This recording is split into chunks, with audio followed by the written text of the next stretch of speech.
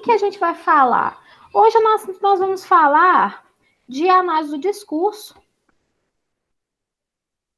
Vocês já ouviram falar disso? De análise do discurso? Não, eu não. O que acontece? A gente tem os modalizadores de discurso, né? E a gente tem o discurso. Então, primeiro a gente vai pensar o que é discurso. Discurso é toda fala, pode ser escrita também. Então, a gente pode tanto falar e aí, ou quanto escrever, lembrando que a fala ela possui vários recursos. Você tem gestual, você tem postura física, você tem o jogo de olhares, você tem tudo isso aqui em seu favor na hora de você criar um discurso oral. E é por isso que a oralidade ela é muito mais fluida, muito mais fácil para nós do que a escrita. A escrita, em contraponto à fala, a escrita ela é mais complexa, porque você tem que dar um jeito de passar para o papel aquilo que aqui, ó, você desembolaria com muito mais facilidade. Passar por o papel é algo muito complexo, porque você precisa passar o que você pensa, de modo que o outro possa ler aquilo que você pensa, entender o que você pensa. E é por isso que a gente tem mais dificuldade com a escrita do que com a fala, né?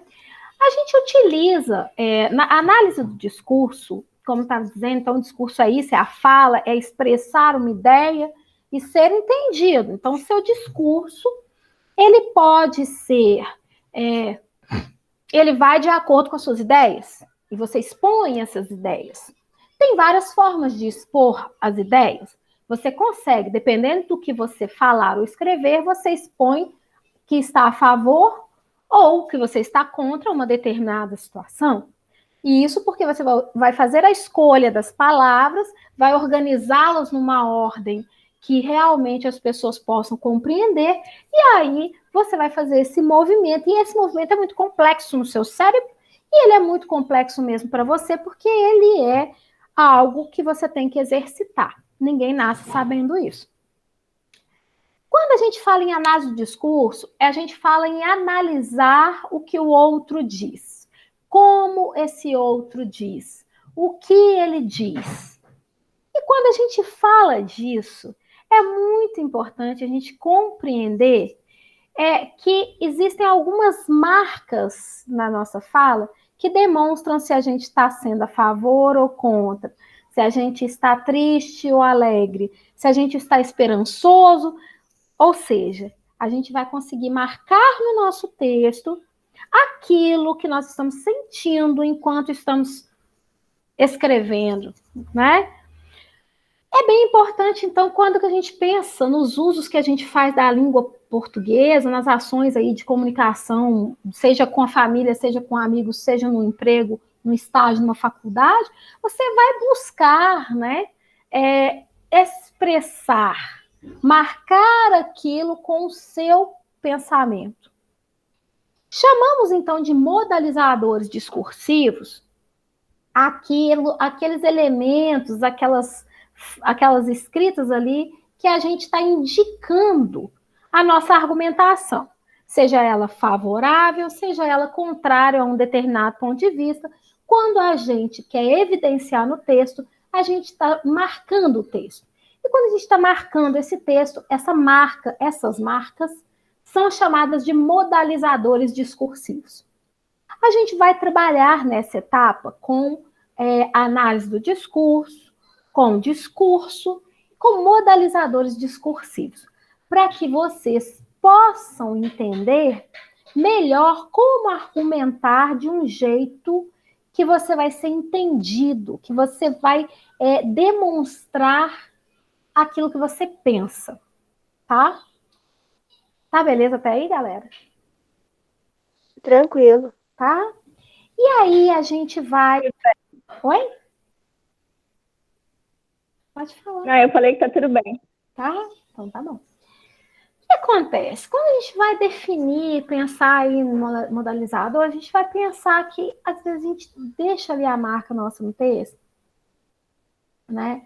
Por exemplo, como é que eu sei, a gente pensa o que é afirmativo e o que é negativo.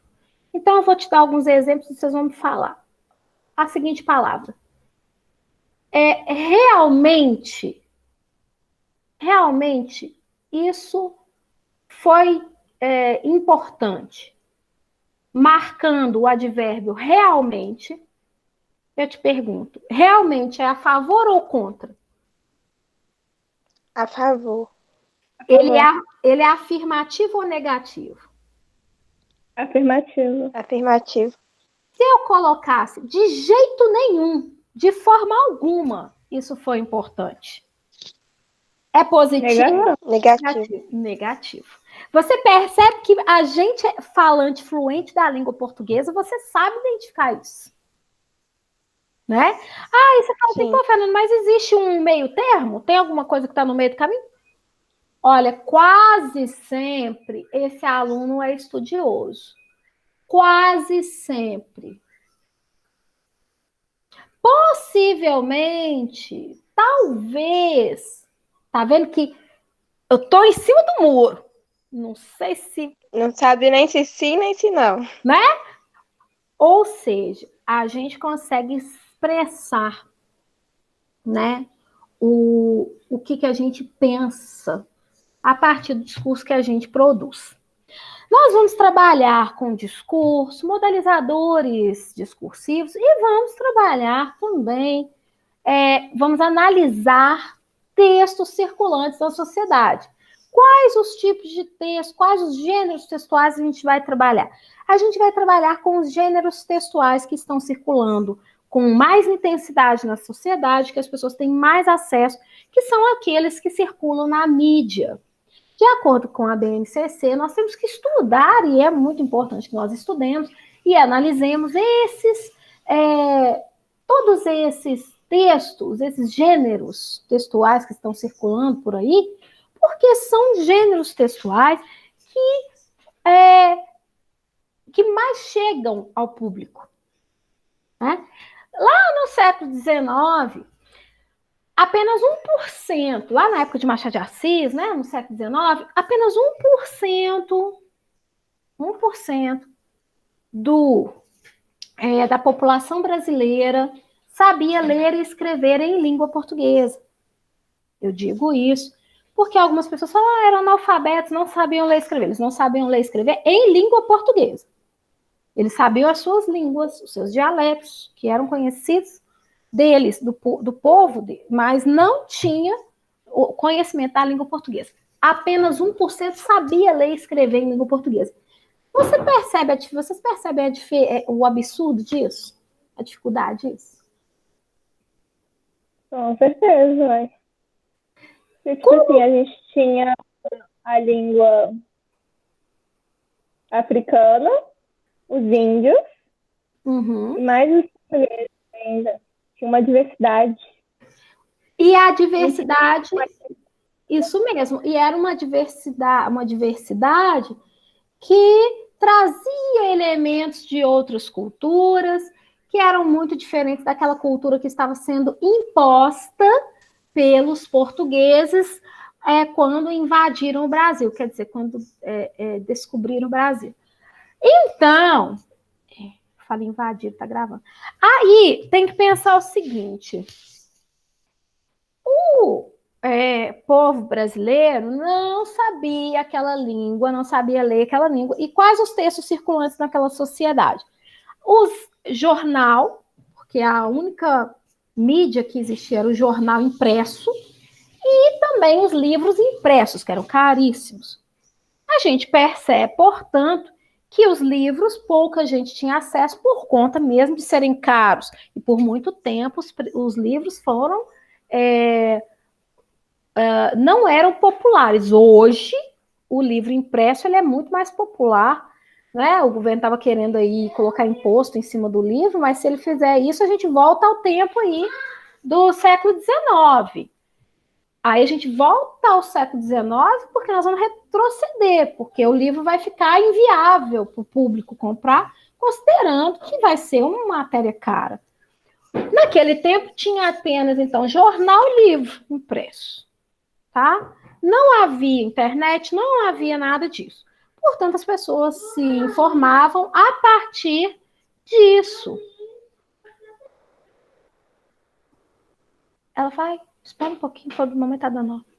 Então, lá no século XIX, a gente percebia que só tinha uma única mídia, jornal impresso, e livro impresso.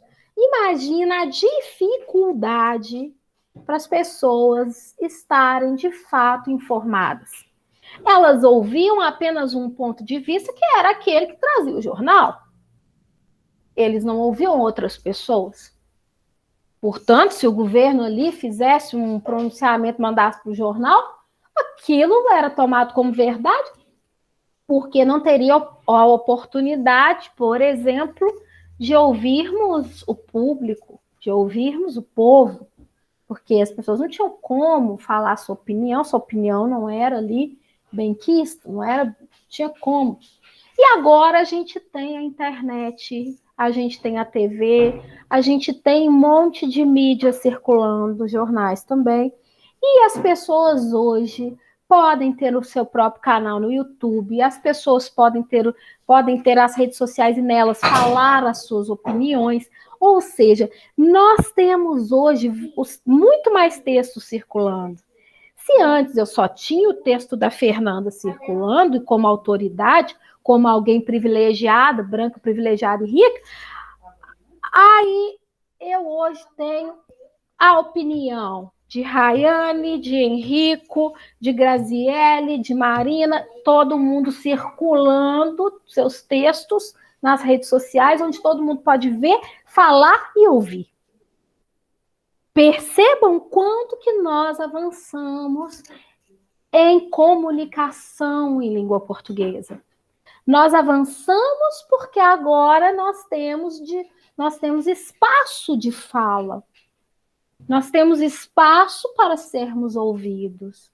E agora, mais do que nunca, é importante que nós conheçamos as regras de modalizadores discursivos, as regras de utilização dos discursos, as regras para escrevermos melhor, para nos comunicarmos de maneira mais eficiente, até para que a gente possa defender os nossos pontos de vista.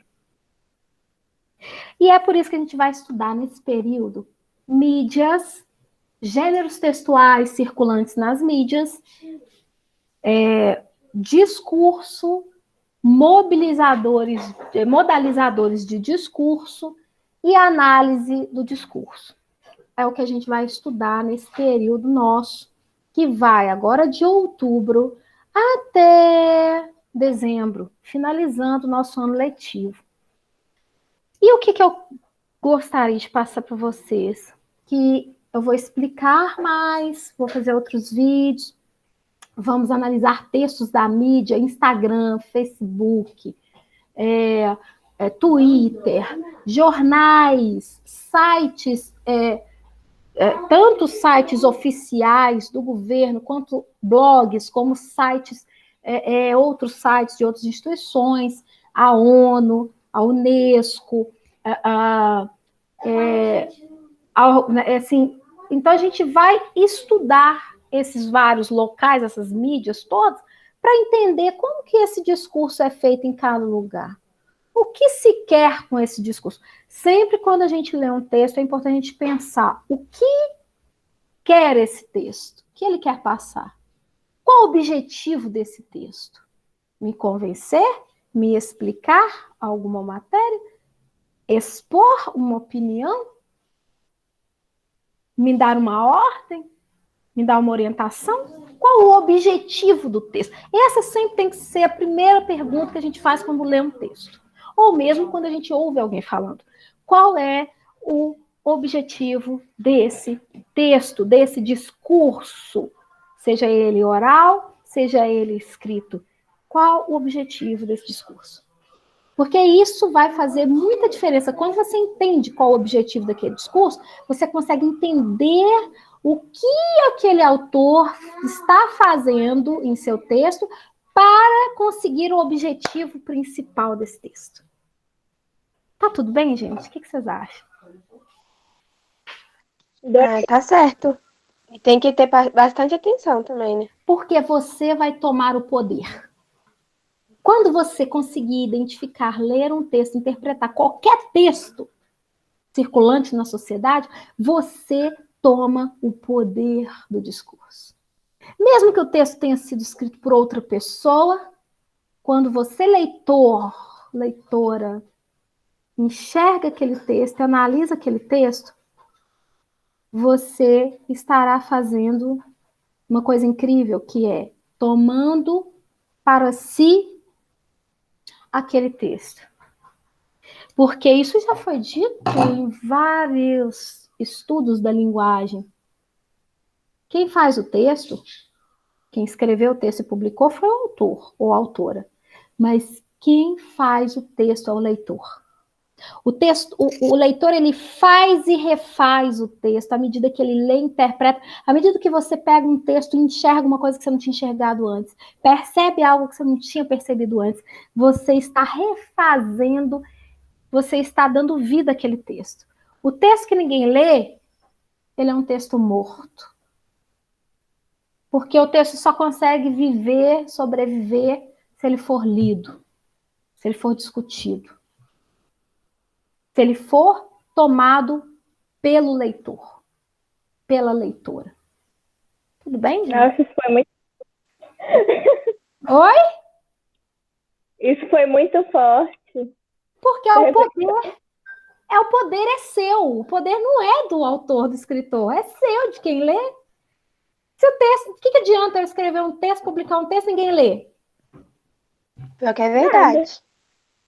Entende? Por que não tem sentido? Entende por que quando eu te peço para fazer uma redação, eu gosto que você coloque no grupo, para as pessoas vão ler o seu texto? Não só eu, mas outras pessoas vão ler o seu texto, vão dar poder ao seu texto, vão dar poder a você e vão dar poder a si mesmas, a partir do momento que elas estão tomando aquele discurso para realmente compreender, discutir, analisar e acrescentar ao seu ponto de vista. Se elas não fazem isso, se eu só leio o texto de qualquer maneira, só para marcar o texto, você guardar na gaveta, ele não tem sentido. Né? Você refaz o texto. Você, leitora, você, leitor, é quem fazem o texto existir. E é por isso que as mídias fazem uma grande diferença, sim, porque elas possibilitam que você seja ouvida, que você seja vista, que as pessoas entendam e leiam e saibam do seu ponto de vista e que discutam sobre ele. Senão não tem sentido algum. Entende? E é disso que eu estou falando, porque quando você sabe ler, interpretar, analisar um texto, sabe o que você está fazendo? Também, além disso, você está se empoderando e você consegue identificar, por exemplo, uma fake news. Porque você vai questionar. A partir do momento que você questiona, você não engole o que vem para você. Você não engole de pronto. Você vai questionar. Você vai identificar os modalizadores discursivos que demonstram que aquele texto está errado, tem alguma coisa errada ali. Você vai conseguir analisar isso. E você não vai mais ser enganada. Nunca. Entendeu? Conhecimento realmente é poder, né? Poder? Eita, nós! É isso. Tá bom? Então, aí se prepare. É um material que é o seguinte, vai desafiar vocês. Essas aulas de outubro, agora a dezembro, o material que eu vou enviar para vocês, que é, né, material nosso aí, todo interativo, direitinho para vocês. Ó, preparem-se, porque vocês vão sair transformadas de tal modo que vocês vão sair no poder. Eita! Ó, não sei se eu ponho na capa dele, proibido, para quem quer continuar ignorante. Proibidão na capa. Eu acho que eu vou escrever. Se eu escrever na capa proibidão, será que os alunos vão ler, gente? Acho que eu vou fazer isso. Proibidão. Foi. Proibidão e ler, né? Aí vai estudar. Eita. Eu acho que proibidão. Então estamos combinados, né? É isso? Pelo menos neles, ó, possível. Não, ao menos abrir, né? Eu acho que eles vão ficar curiosos, né? Botar. Vai, que é isso aqui? Não, Fica doido, a professora arrumou agora. Proibidão, tô querendo. Ai, Meu Deus. Se eu tivesse talento, fazia até um funk, mas eu só Meu sei dar aula de português, não sei. Estou muito ruim nessas coisas. Ai, professora, sério demais. Aí é o seguinte, a gente vai estudar, aí é bom que essa aula tá gravada também, é boa para vocês estudarem lá, quando vocês precisarem, a explicação. E eu vou passar, e aí vocês já vão se acostumar com isso. Comecem a observar. No Instagram, no Facebook, o que tem... Oi? De todos os meios de comunicação, na verdade. Começar a prestar atenção nesses modalizadores. O que ali a pessoa diz, qual o objetivo que ela tem com essa fala? Qual o objetivo que tem com esse post? Fernanda, isso também funciona para imagem? Sim, vamos rememorar o que é texto, que é aquela primeira aula que eu dei, que estava no YouTube.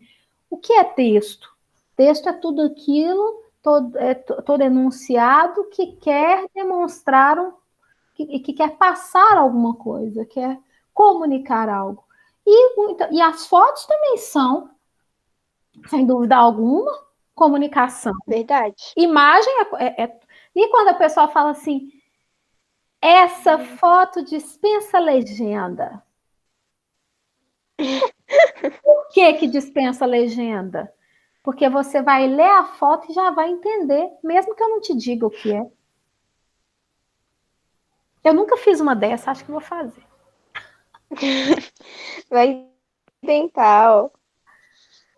Fiquem observando. Vocês vão observar, porque isso aí já é a prévia para vocês já começarem a pensar o que é isso, o que é esse discurso, qual o objetivo desse discurso.